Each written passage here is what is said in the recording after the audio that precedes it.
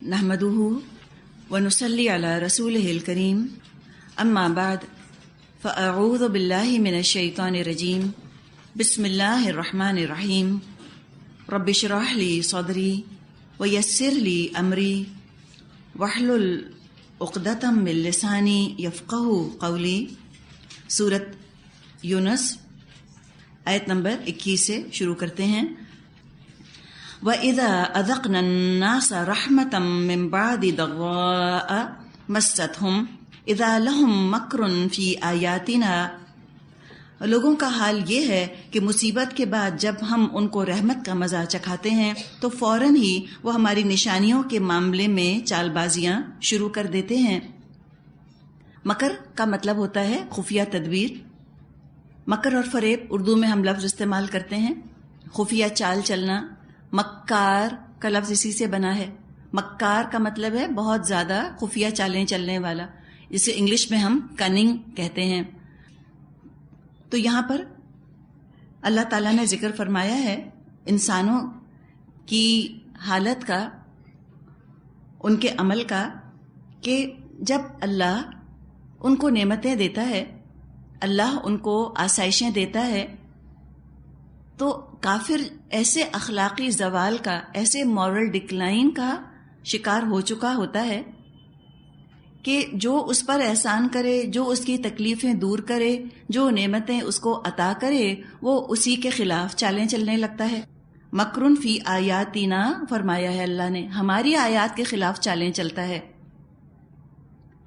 کفار تو دراصل رسول کے خلاف چالیں چل رہے ہوتے تھے، لیکن رسول کے خلاف چال چلنا دراصل اللہ ہی کے خلاف چال چلنے کے برابر ہے.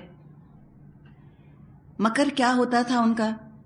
اللہ کی آیات سے کس طرح مکر کرتے تھے، رسول کے خلاف کیا مکر کرتے تھے. وہ تو یہ ان کا طریقہ تھا کہ کسی طرح رسول کے بارے میں، اللہ اور اللہ کی آیات کے بارے میں لوگوں کو شک میں مبتلا کر دیں، اسکیپٹسزم پیدا کر دیں. یہ سب سے بڑا مکر رہا ہے ہمیشہ سے کفار کا. ماننے والوں کو ایسی فیلنگ دیں کہ جیسے جو مانتا ہے اللہ کی بات کو، رسول کی بات کو، اس سے بڑا سمپلٹن، اس سے بڑا بے وقوف، انڈر کانفیڈنٹ کوئی نہیں، اس سے بڑا بزدل اور ڈرپوک کوئی نہیں. تو یہ ان کی چال ہے کہ اللہ کی بات ماننے والوں کے اندر لو سیلف اسٹیم پیدا کر دی جائے کہ تم تو کسی قابل ہی نہیں ہو، تم تو گھٹیا ہو. یہ ان کی چال تھی، اسی پر انہوں نے فوکس کیا، اور افسوس کے ساتھ کہنا پڑتا ہے کہ بڑے کامیاب ہوئے، بہت حد تک کامیاب ہوئے. ایک تو یہ ان کا مکر رہا. دوسرے یہ کہ ظاہر ہے اللہ کی بات جب انہیں نہیں مانی تو اس کی اطاعت سے نکلنے کے 100 بہانے بھی انہوں نے بنائے. اس کے خلاف وہ حجتیں کرتے رہے، بحثیں کرتے رہے، اور یہ ثابت کرنے کی کوشش انہوں نے کی کہ جی ہم تو بہت براڈ مائنڈڈ ہیں، بہت اوپن مائنڈڈ ہیں. یہ تصور دیا ہمیشہ سے کفار نے کہ we are liberal people, we are open minded, ہم تو فریڈم کی، ریشنل تھنکنگ کی بہت قدر کرنے والے لوگ ہیں. ہمیشہ سے انہوں نے لوگوں کو اس غلط فہمی میں مبتلا کیا. مکر ان کا سمجھ گئے نا آپ. ایک تو یہ کہ ایمان والوں کے اندر لو سیلف اسٹیم پیدا کرنا، اور دوسرے اپنے آپ کو ان کی نظروں میں بہت بلند کرنا. ہم بہت عقل مند ہیں، ہم بالکل تعصب کا شکار نہیں ہیں، ہم کسی پریجڈس کا شکار نہیں ہیں، ہم تو فریڈم چاہتے ہیں، ہم تو ایکوالٹی چاہتے ہیں، ہم تو سب کی بڑی عزت کرتے ہیں، ہیومن رائٹس کا ہمیں بہت خیال ہے. یہ امپریشن دیتے ہیں وہ دوسروں کو. یہ ان کا مکر ہے، یہ ان کی چال ہے، یہ ان کا دھوکہ ہے. اور وہ یہ امپریشن دیتے ہیں کہ ہم بہت براڈ مائنڈڈ، اوپن مائنڈڈ ہیں. پھر وہ کہتے ہیں کہ بھئی ہم نے تو یہ جو قرآن میں باتیں آتی ہیں ان کو بہت ڈسکس کیا، ان کے بارے میں بہت سوچا، لیکن ہم کیا کریں، یہ تو ٹھیک ہے ہی نہیں، یہ تو میڈیویل لاز ہیں، بیک ڈیٹڈ چیزیں ہیں، ریڈنڈنٹ. اسلام اور ڈیموکریسی ساتھ نہیں چل سکتے، اسلام اور پروگریس ساتھ نہیں چل سکتے. لگتا ہے کہ اسلام اور پروگریس، اسلام اور ڈیموکریسی، اسلام اور ترقی ایک دوسرے کی ضد ہیں جیسے. اور کہتے ہیں کہ ہم تو بس اس نتیجے پر پہنچ چکے کہ یہ سب باتیں جن کو یہ مسلمان بیچارے اللہ کا کلام مانتے ہیں، یہ سب چیزیں امپریکٹیکل ہیں، آبسلیٹ ہیں. اور کہتے ہیں دراصل قرآن ہے بڑا ریجڈ، یہ تو اس پر بات ہی نہیں کرنے دیتے. قرآن کے اندر کوئی تبدیلی کرنے ہی نہیں دیتے ہم کو. جب ہم شریعت میں تبدیلی کی بات کرتے ہیں مسلمانوں کے اپنے فائدے کے لیے، مسلمان آگے سے کہہ دیتے ہیں کہ Quranic commandments are not open to debate. Quran کے احکامات کے اندر کوئی تبدیلی نہیں کی جا سکتی، اللہ نے بس یہ قانون بنا دیا. پھر وہ ہنستے ہیں مسلمانوں پر کہ دیکھو یہ تو محمد نے کتاب لکھی تھی صلی اللہ علیہ وسلم، اور مسلمان اتنے بے وقوف ہیں سمجھتے کہ اللہ کی طرف سے آیا ہے کلام. یہ ان کے طریقے ہیں، اور یہ اس طرح انسینویشنز کے ذریعے سے، ایسے وسوسوں کے ذریعے سے یہ مسلمانوں کے دماغوں کو مسخر کر رہے ہیں. امپریشن یہ دیتے ہیں کہ ہم تو بہت خلوص کے ساتھ، بہت سنسیئرلی ہم اس چیز کو آبزرو کرنا چاہتے ہیں، ہم تو چاہتے ہیں انسانوں کا بھلا ہو، لیکن ہمیں پتہ چل گیا کہ اس پر عمل کرنے سے انسانوں کا بھلا نہیں ہوگا، انسانوں کو بڑا نقصان پہنچے گا. یہ جس کو یہ شریعت کہہ رہے ہیں، جو سمجھتے ہیں کہ اللہ کی طرف سے آئی ہے یا ان کے رسول کی طرف سے آئی ہے، اس میں تو بڑا نقصان ہے ان کا، یہ تو دشمن ہے. دوست تو ہم ہیں، ہمارے پاس آؤ، ہم تم کو بتائیں گے فریڈم، لبریشن کس کو کہا جاتا ہے. یہ ان کی مکر ہے، یہ ان کی چالیں ہیں. کون چلتا ہے یہ چالیں؟ اذا اذقنا الناس رحمتن، وہ لوگ جن کو اللہ نے اپنی رحمت چکھائی ہو. چکھانے کا لفظ کتنا پیارا ہے. دنیا میں تو کسی کے پاس فرعون جتنی دولت بھی کیوں نہ ہو، اس نے صرف رحمت چکھی ہے اللہ کی. اصل رحمت کا اظہار، اصل اللہ کی رحمت کا مظہر تو جنت ہے. دنیا کی تو ساری نعمتیں جنت کا ایک بہت ادنا سا شائبہ ہیں، پیل ریفلیکشن. چک کے نعمت، یہ تو آپے سے باہر ہو گئے. جنت میں جائیں گے تو پتہ نہیں کیا حال کریں گے. یہ کہاں اس قابل ہیں کہ جنت میں ان کو داخل کیا جائے، اللہ اپنی رحمت میں ان کو داخل کرے، اس قابل نہیں. چکر آپے سے باہر ہیں. ایک اردو میں کہاوت کہی جاتی ہے کہ ہلکٹ کو حوالداری مل گئی. ہلکے لوگ ہوتے ہیں، تھوڑا سا بھی ملتا ہے تو قابو نہیں آتے، اڑے اڑے پھرتے ہیں. یہی ان کا حال ہے. کھاتے پیتے لوگ اس طرح کی چالیں چلتے ہیں اللہ کے بارے میں. ہم کہتے ہیں اردو میں کہ پیٹ بھرے کی کھوٹی چالیں. پیٹ بھر گیا ہے تو اب جو ہے وہ عجیب عجیب باتیں کرتے ہیں. سب جانتے ہوئے، اسلام کی حقانیت کو جانتے ہوئے یہ اس طرح کے مکر کے پردے چڑھاتے ہیں اسلام کی روشنی پر، اور اسلام کے حق ہونے کو ایسے چھپاتے ہیں. تبھی تو کافر ہیں، حق جانتے ہوئے چھپایا انہوں نے. تو ان کی چالیں اپنی طرف. اللہ تعالیٰ نے بھی کوئی فیصلہ کیا ہوا ہے. فرمایا قل اللہ اسرع مکرا، ان سے کہو اللہ اپنی چال میں تم سے زیادہ تیز ہے. ان رسلنا یکتبون ما تمکرون، بے شک ہمارے فرشتے سب کچھ لکھ رہے ہیں جو کہ تم چالیں چلتے ہو، جو تم مکاریاں کر رہے ہو. اے کافروں، اے نام نہاد مسلمانوں، اے کافروں، اے منافقوں، تمہاری سب چالیں اللہ تعالیٰ نے فرمایا ہم لکھ رہے ہیں. جب یہ سب اپنی ترکیبیں کر رہے ہوتے ہیں، یہ بھول جاتے ہیں کس کو نیچا دکھانے کی کوشش کر رہے ہیں، کس سے ٹکر لی ہے، یہ بھول جاتے ہیں. جیسے ایک پتنگا سورج سے ٹکر لینے چلے، کیا حماقت اس کی ہوگی. اللہ بھی چال چل رہا ہے، اور اللہ کی چال یہ ہے کہ اللہ ان کو ان کی عقل کے حوالے کر دیتا ہے. ٹھیک ہے تم اپنے حوالے ہو جاؤ، ان کے حوالے کر کے، اور پھر اللہ اوپر سے ان کی رسی بھی دراز کرتا ہے. یمدہم فی طغیانہم یعمہون، اللہ ان کی رسی دراز کرتا ہے، ان کو ڈھیل دیتا ہے، gives them rope، اور یہ کامیابیوں پر کامیابیاں پاتے چلے جاتے ہیں. اللہ خوب ان کو کامیابیاں دیتا ہے. کیا سمجھتے ہیں ہم بہت کامیاب ہو رہے ہیں، دیکھو ہم نے اللہ کو ہرا دیا. یہ ہے اللہ کی خفیہ تدبیر کہ اللہ کی نافرمانی کر کے کامیاب ہو انسان، اور اس دھوکے میں پڑ جائے کہ دیکھو ہم کتنی اچھی پلاننگ کر رہے ہیں. یہ 4 دن کی دنیا جس کو کہ حدیث میں مرے ہوئے گدھے سے تشبیہ دی گئی ہے، مردار سے تشبیہ دی گئی ہے، اس دنیا کی دھوکے میں آ جاتے ہیں، اتنی سی دنیا سمیٹ لیتے ہیں اور اپنی آخرت کا نقصان کر لیتے ہیں. یہ ہے اللہ کی پکڑ. 30ویں پارے میں آتا ہے ان بطش ربک لشدید، بے شک تیرے رب کی پکڑ بہت سخت ہے. تو اس سے بڑی بیوقوفی اور کیا ہوگی حماقت انسان کی کہ وہ اللہ پر بھروسہ کرنے کے بجائے اپنی عقل پر بھروسہ کر بیٹھے، اپنے آپ پر توکل کرے، تو اس کے تو ہلاک ہونے میں کوئی شک باقی نہیں رہا۔ اللہ کو نیچا دکھانے کی کوشش کی، خود ذلت کے عذاب میں جا پڑے۔ اور یہ بھی بتا دیا گیا کہ تمہارے اعمال لکھے جا رہے ہیں، قیامت کے دن تمہارا اعمال نامہ، تمہاری مووی، جس کو ہم کہتے ہیں آج مائکرو چپ، کتنی ہوتی ہے مائکرو چپ؟ اتنی سی، کیا پتا کہاں ہے اندر جو ریکارڈ ہو رہی ہے، کہاں ہے اعمال نامہ۔ اعمال نامہ جب ہم کہتے ہیں، میں تصور آتا ہے نا بک کا، ایک کتاب لے کر بیٹھے ہیں فرشتے اور لکھ رہے ہیں اس کے اندر بڑی مشقت سے، یہ اعمال نامہ کیا ہو سکتا ہے؟ سائنس نے جو آج آپ دیکھیں ہمیں چیزیں بتائی ہیں، کمپیوٹرز کے اندر کتنی چھوٹی چھوٹی چیزیں لگ جاتی ہیں، تو اللہ جانے اندر کون سی کوئی ایسی چھوٹی سی کوئی مائکرو چپ رکھی ہوئی ہے اللہ نے، جس کو کیا اعمال نامہ کہہ دیا گیا۔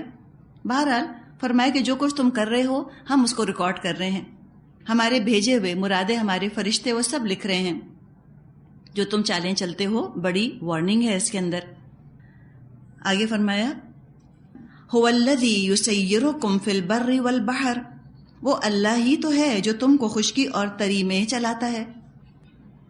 اللہ ہے، یہ اللہ کی احسانات یاد دلائے جا رہے ہیں کہ کتنے احسان فراموش ہو، جو تم کو اتنا سنبھالتا ہے، تم کو اتنے پیار سے رکھ رہا ہے، تم اس کے خلاف چالیں چل رہے ہو؟ یا تم نے سوچا کہ تمہارے اندر کوئی کیپیبلٹی، کیپیسٹی، کوئی عقل، کوئی ہنر تم میں ایسا ہے کہ تم اپنی مرضی سے خود ہی تم جہاز بنا کے چل پڑتے ہو؟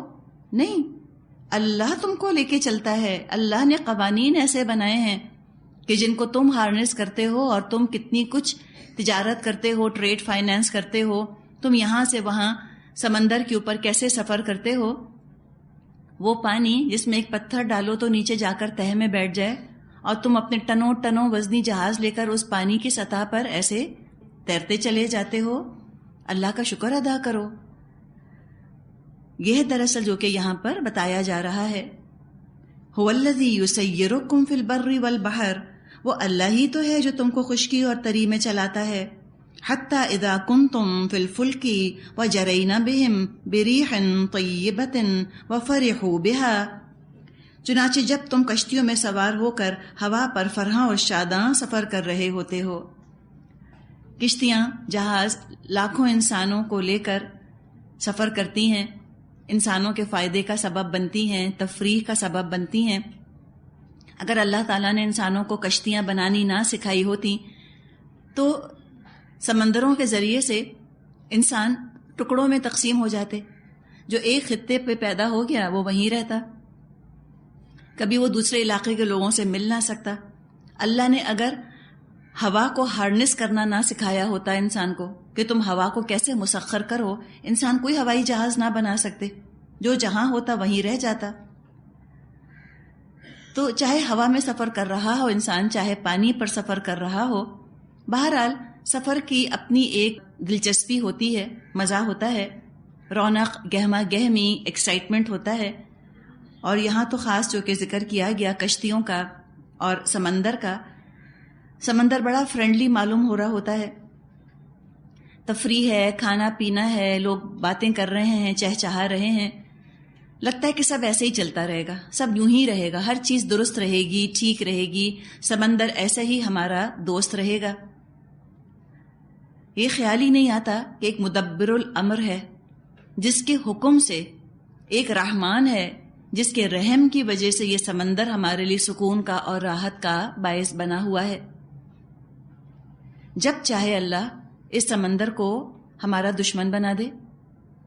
اگر آج ہمارا دوست ہے تو اللہ کے حکم سے ہے ہمارا دوست، جب حکم دے یہ دشمن بن جائے، یہ فرینڈلی نہ رہے، یہ ہاسٹائل ہو جائے، اور تم جو اس قدر ناز کیے بیٹھے ہو اپنی صلاحیتوں کے اوپر، تم کچھ نہ کر سکو، تو انسان سوچ لے کہ جو آج ہمارا دوست ہے وہ اللہ نے اس کو دوست بنایا ہے، اس لیے ہے۔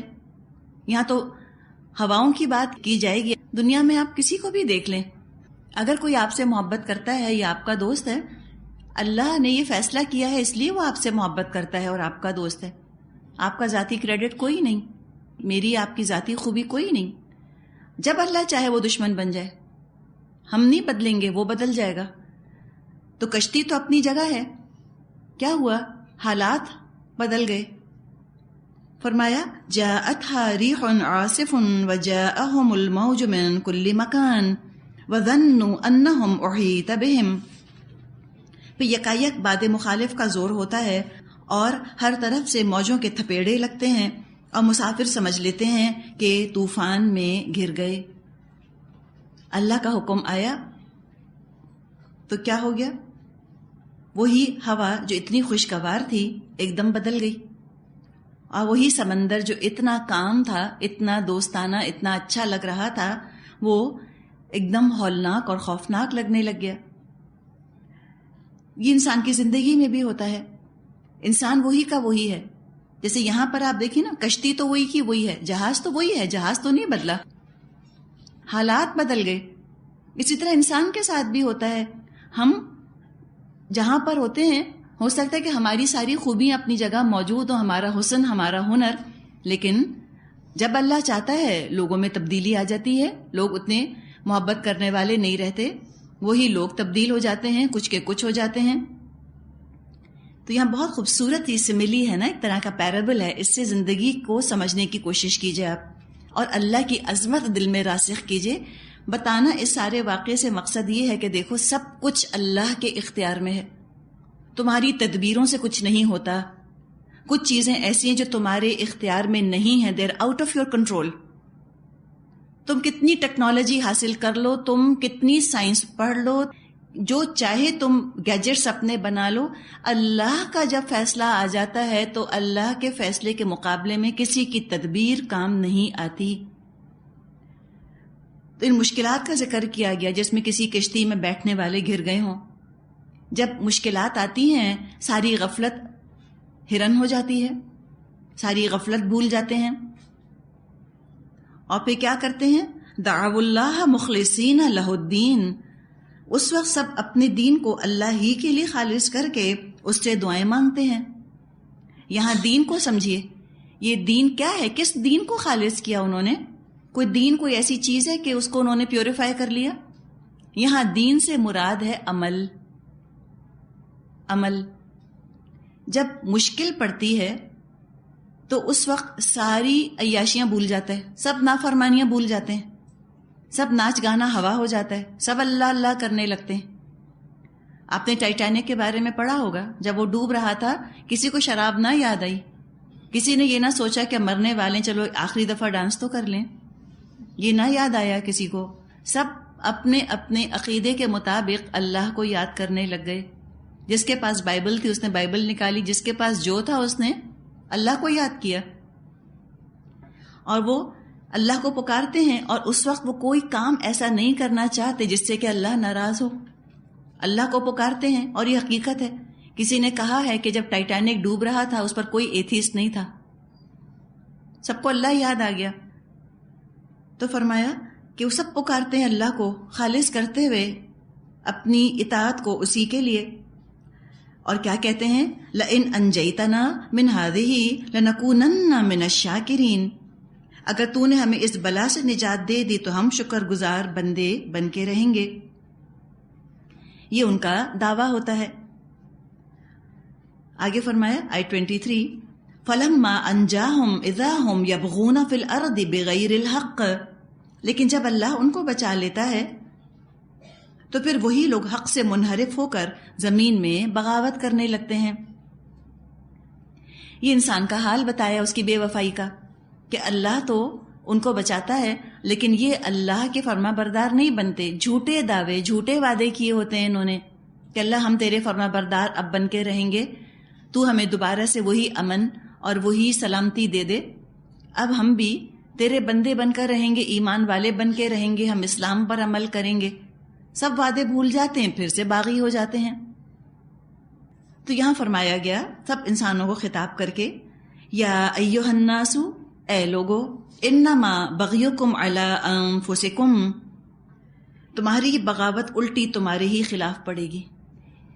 اگر اس آیت کے ٹکڑے کو آپ ریلیجس پوائنٹ آف ویو سے نہ بھی دیکھیں تو بھی آپ دیکھیں کتنی درست بات ہے.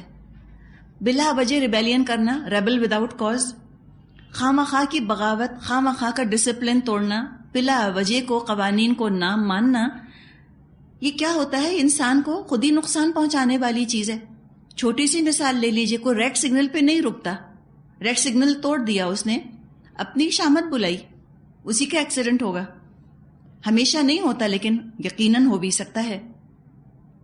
تو جو بھی بغاوت کرتا ہے بلا وجہ کی، باغی ہوتا ہے، وہ اپنا ہی نقصان کرتا ہے. اور جو اللہ کے خلاف بغاوت کا جھنڈا بلند کرتا ہے، ریبیلین کرتا ہے، ریبیلیس ہوتا ہے، اللہ کا باغی ہوتا ہے، اللہ کا کیا بگاڑا؟ اپنی شامت اعمال کو اس نے پکارا ہے. فرمایا متاع الحیات الدنیا ثم الینا مرجعکم فینبئکم بما کنتم تعملون. دنیا کی چند روزہ زندگی کے مزے ہیں، پھر ہماری طرف تمہیں پلٹ کر آنا ہے، اس وقت ہم تم کو بتا دیں گے تم کیا کچھ کرتے رہے. تو پہلے ایک جہاز کی کشتی کی مثال دی، پھر زندگی کا ذکر فرمایا گیا. بات یہ ہے کہ جس طرح جہاز میں انسان حالت سفر میں ہوتا ہے، اسی طرح اس زندگی میں بھی ہم ایک سفر میں ہیں. جیسے جہاز یا کوئی بھی سواری کسی کی منزل نہیں ہوتا، جہاز منزل نہیں ہوتا، سواری منزل نہیں ہوتی، ایک مینز ہے، ایک ذریعہ ہے منزل تک پہنچنے کا.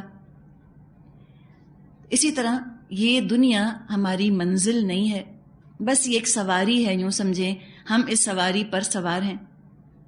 فاسٹ موونگ آبجیکٹ ہے، یہ تیز چلتی ہوئی سواری ہے اور ہم اس پر سوار ہیں. یہ ہماری منزل نہیں ہے دنیا. اس پر سوار ہو کے ہم دراصل اپنی منزل کی طرف رواں دواں ہیں. عارضی اسٹیٹ ہے، ٹیمپرری اسٹیٹ ہے جس میں کہ ہم ہیں. اب کون ہوگا وہ جو کہ اپنے سفر کو دلچسپ بنانے کے لیے اپنی منزل کو خطرے میں ڈالے، سفر کو دلچسپ رنگین بنانے کے لیے ہر رول اینڈ ریگولیشن توڑ دے؟ تو یہ تو حماقت کی بات ہے، عقل مندی کی بات نہیں ہے. اصل میں تو کوشش یہ کرنی چاہیے کہ سفر چاہے روکھا پھیکا ہی ہو، خیر و عافیت کے ساتھ منزل پر پہنچ جائیں. ہم جانتے ہیں کہ ہر سفر ختم ہوتا ہے، اپنے انجام کو پہنچتا ہے. اسی طرح زندگی کا سفر بھی ختم ہوگا اور کچھ پتہ نہیں کب ختم ہو جائے. کیا ہے زندگی؟ کتنی پائیدار ہے؟ بالکل پائیدار نہیں ہے، نا پائیدار. ایک بلبلے کا سفر جیسے ہوتا ہے، ایک ببل کا. کب وہ بلبلا پھٹ جائے پتہ نہیں. آپ نے دیکھا ہوگا بچے بعض دفعہ وہ صابن سے بلبلے بناتے ہیں نا، ببلز، اور وہ اتنے خوش ہو رہے ہوتے ہیں ان کو دیکھ کر، اور ایک دم وہ ببل ہے اتنا رنگین، اس میں ریفلیکشنز آ رہے ہوتے ہیں، اڑتا ہے، اونچا اڑتا ہے، ایک دم پھٹ جاتا ہے، پتہ ہی نہیں چلتا کہاں گیا. تو یہی زندگی کا حال ہے. آپ سوچیں، کسی نے کبھی سوچا کہ ہم ببل کے اوپر، بلبلے کے اوپر تعمیر شروع کر دیں؟ نہیں ہو سکتی نا. تو اس عارضی زندگی کو مقصد بنا لینا اور اتنے بڑے بڑے ارمانوں کے محل تعمیر کر لینا اس زندگی میں، کیا عقل مندی تو نہیں ہے؟ بھول جاتے ہیں انسان اس دنیا میں آ کر کہ یہ ان کی منزل نہیں ہے، نہیں ہے. ان کو لوٹ کے اللہ کی طرف جانا ہے. ثم الینا مرجعکم، پھر تمہارا لوٹنا ہماری طرف ہے. پھر تم کو تمہاری منزل دکھا دی جائے گی، یا تو ابدی جنت، جو فرمایا فدخلی فی عبادی ودخلی جنتی، داخل ہو جا میرے بندوں میں، داخل ہو جا میری جنت میں، یا ہمیشہ کی جنت، یا جہنم، ونصلہ جہنم، ہم جھونک دیں گے ان کو جہنم میں، وساءت مصیرا، بہت بری لوٹنے کی جگہ ہے. اب آگے اس دنیا کی مثال مزید سمجھائی جا رہی ہے، کیا حقیقت ہے اس کی. فرمایا آیت نمبر 24، انما مثل الحیات الدنیا کماء انزلناہ من السماء فاختلط به نبات الارض. دنیا کی زندگی یعنی جس کے نشے میں تم مست ہو، یعنی جس کے نشے میں یا جس کی خاطر تم اللہ کے خلاف چالیں چلتے ہو، اس کی مثال ایسی ہے جیسے آسمان سے ہم نے پانی برسایا اور اس سے زمین میں پیداوار اگی. یاکل الناس والانعام، جسے آدمی اور جانور سب کھاتے ہیں اور وہ پیداوار خوب گھنی ہو گئی. حتی اذا اخذت الارض زخرفها وزینت وظن اہلها انہم قادرون علیہا. پھر عین اس وقت جب زمین اپنی بہار پر تھی اور کھیتیاں بنی سنوری کھڑی تھیں اور اس کے مالک سمجھ رہے تھے کہ اب ہم ان سے فائدہ اٹھانے پر قادر ہیں. اتاہا امرنا لیلا او نہارا فجعلناها حسیدا کأن لم تغن بالامس. یکایک رات یا دن کو ہمارا حکم آ گیا اور ہم نے اسے ایسا غارت کر کے رکھ دیا گویا کل وہاں کچھ تھا ہی نہیں. کذالک نفصل الآیات لقوم یتفکرون. اسی طرح ہم نشانیاں کھول کھول کر پیش کرتے ہیں ان لوگوں کے لیے جو سوچنے سمجھنے والے ہوں. بات کی جا رہی ہے دنیا کی زندگی کی، اور اس دنیا کی زندگی کو سمجھایا گیا ہے ایک مثال سے، جیسے کہ آسمان سے پانی اللہ نازل فرمائے، اس کے ساتھ زمین کی مٹی ملی، پانی اور مٹی کے ملاپ سے سرسبز اور شاداب زمین ہو گئی، سبزہ اگایا. اس کو اپنی زندگی پہ رکھ کے دیکھیں، جیسے آسمان سے اللہ نے پانی برسایا، اسی طرح ہماری روح آسمان سے آتی ہے. جیسے زمین کی مٹی سے وہ پانی ملتا ہے، اسی طرح ہماری روح آسمان سے آتی ہے، اور وہ جسم جو اس مٹی سے بنتا ہے اس سے وہ روح مل جاتی ہے. جسم اور روح کا یہ ملاپ زندگی کی شکل میں ظاہر ہوتا ہے. اسی کو ہم زندگی کہتے ہیں، حیات دنیا. ساری زندگی کی رونقیں، ساری زندگی کی چہل پہل سب اس جسم اور روح کے ملنے ہی سے تو ہیں. New desires, new ambitions keep sprouting. نئے نئے ارمان، نئی نئی آرزویں، نئی نئی خواہشات لہلہاتی رہتی ہیں، پھوٹتی رہتی ہیں. اور بعض دفعہ یہی خواہشات، یہی ارمان ایک حجاب، ایک پردہ بن جاتی ہیں. انسان سمجھتا ہے کہ جو کچھ ہے بس یہی ہے. جیسے آپ دیکھیں یہ جو بات یہاں فرمائی ہے نا، فاختلط به نبات الارض، اور آگے جو فرمایا حتی اذا اخذت الارض زخرفها وزینت، یہاں تک کہ زمین اپنا سنگھار پکڑ لیتی ہے، مزین ہو جاتی ہے، خوبصورت ہو جاتی ہے. لہلہاتا کھیت آپ نے کبھی دیکھا ہوگا، جب وہ کھیت لہلہا رہا ہوتا ہے زمین کے اوپر، مٹی نظر آتی ہے؟ حقیقت نظر آتی ہے؟ نہیں آتی نا. لگتا ہے کہ یہ ہے ہی اتنی خوبصورت، مٹی چھپ جاتی ہے. تو یاد رکھیے کہ اپنی زندگی میں جب ہم بہت زیادہ لمبے لمبے ارمان، اونچے اونچے ارمان بنا لیتے ہیں، ہم زندگی کی حقیقت بھول جاتے ہیں کہ کتنی فریجائل ہے ہماری زندگی، کتنی ٹرانزینٹ، کتنی ٹیمپرری، کتنی عارضی، کتنی فریجائل اور ہلکی ہے، معمولی ہے. لیکن بہت ساری خواہشات، بہت ساری ایکٹیویٹیز آخرت کو غفلت کا شکار کر دیتی ہیں.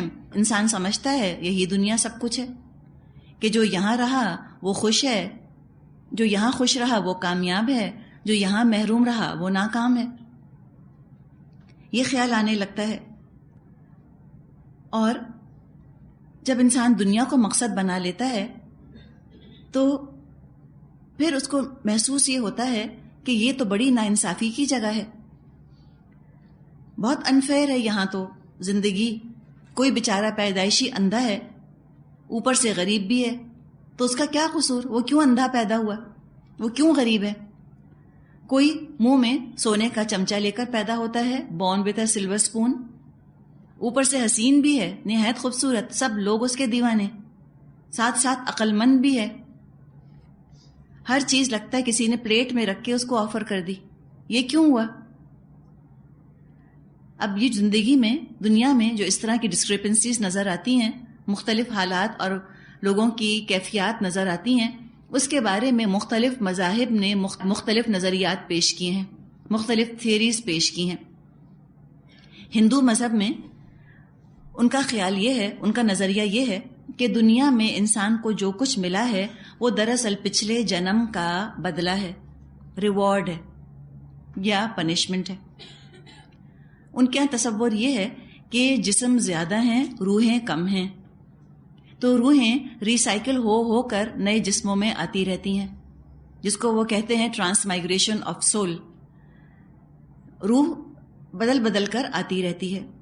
لیکن عجیب بات یہ ہے اس نظریے میں کہ یہ کیسا بدلہ ہے جو کہ کسی کو دیا جا رہا ہے، جبکہ اس کو پتہ ہی نہیں کہ مجھے کس بات کی سزا یا جزا دی گئی ہے. کچھ نہیں یاد اس کو کہ آخر میں نے کیا کیا تھا جو مجھ کو اس کا بدلہ دیا گیا.